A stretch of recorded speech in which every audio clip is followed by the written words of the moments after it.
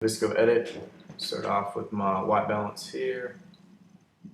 This is a portrait I took of an old lady. She's more than an old lady. She's amazing, but that's all you need to know. She's an older lady and she's great. Let's see.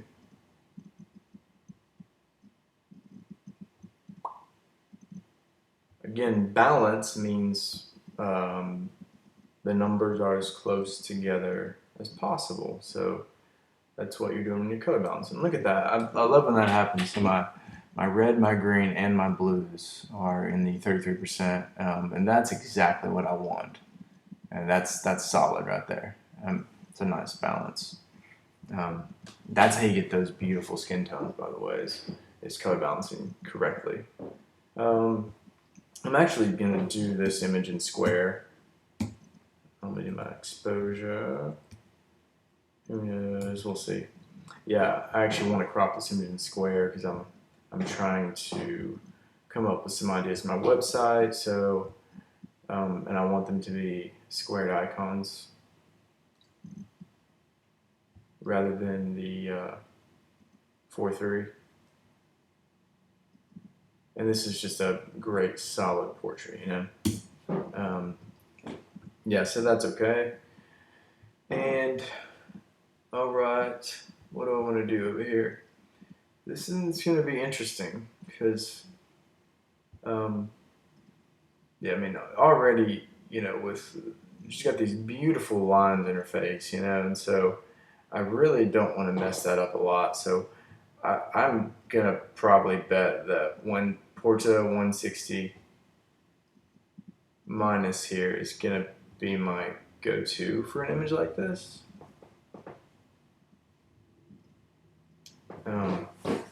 So you see how I didn't really lose a lot of stuff there, and it didn't change a lot of my natural colors. It changed a bit, but not a lot. And let me look and see what else we got. That's, you know, Portra 160 ends up being my go-to preset a lot of the time with really, really solid portraits. I'm probably going to end up having to go up my exposure. It's okay.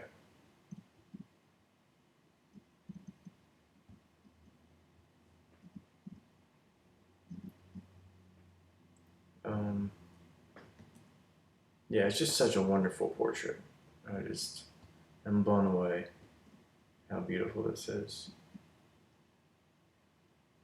You know, it's my decision here that I'm trying to make is whether I want to have some fade in there or not. I mean, I think it's beautiful.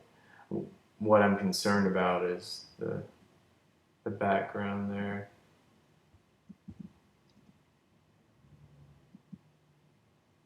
Yeah, just if I stay with 160 minus, I'm gonna have to lower my exposure probably a little bit. I want to make sure, you know, sometimes make sure your screens are on all the way bright. Sometimes, I mean, I'll make the mistake of having my screen not all the way bright, and I'm sitting there messing with exposure, and I'm like, oh crap, you know, my screen just wasn't bright. You know, it's a common mistake that a lot of photographers make, or a lot of beginning photographers, or you know, I mean, I make it again. You know, I have to go back and adjust my exposure because I was like, oh crap, my screen brightness was just low. You know, we don't want our screen blasting sometimes, and that's normal. So just keep that in mind whenever you're editing. Don't make that mistake and have to go back and waste time. You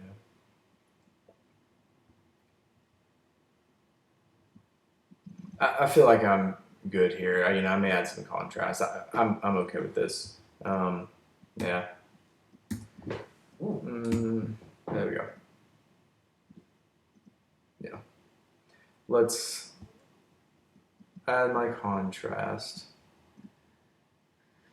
And I'm okay with what just happened. I really am. I'm okay. You know, I'm gonna see what sharpen does and see if I like the way it feels. You know, I probably will. With this image, I might bring it down just a bit on that. Yeah. And again, you know, for some reason I just don't dig VSCO's vignette presets over here. I usually end up using the Lightroom native post-crop vignette here. I just feel like I think vignette's too important to just have a preset for it. That's just me. And I want to have total control over it. It's one of those things that I really, really think changes an image. So, you know, there's before the vignette and there's after my vignette. It's a powerful, simple, subtle thing that you can do for your images.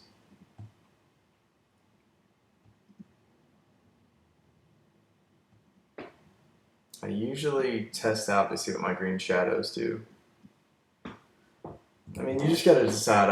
I don't like a lot of warmth in my images. Sometimes I feel like the warmth, like back here in these backgrounds of images on the whole, end up being distracting, you know. And I think the cool thing about green shadows, adding green shadows, is that it takes away those distractions. I mean, did you see what happened? I mean, now your eyes are totally focused here, but let me go back to before. And you've got this really warm, these bright tones back here that kind of go with her skin tone. And yes, I understand that some people don't want green tones on people's skin. That's fine. You know, I'm willing to sacrifice that because I feel like it separates my subjects from the backgrounds. Yeah, that's just me. You know, you do what you want. That's also a reason why I like Fuji 2. It does that a lot. I'm not going to use Fuji 2 on this image. I really love this image right now. I'm okay with it, and you know, I had to sit here and look at it and decide what I want for my exposure. I really probably like that the most. I might go back up in here and increase my blacks just a bit. I probably won't increase my shadows, and the reason why I just increase my blacks is, I'll show you. There's before, there's after. Her eyes just needed just a bit more popping out, I guess, if you will, and I feel like that does it. Sometimes that flattens the image a little more, though, so make sure that you're aware of your contrast. So, you know, I could bring my shadows down just a little bit more. And yeah, and that helps. So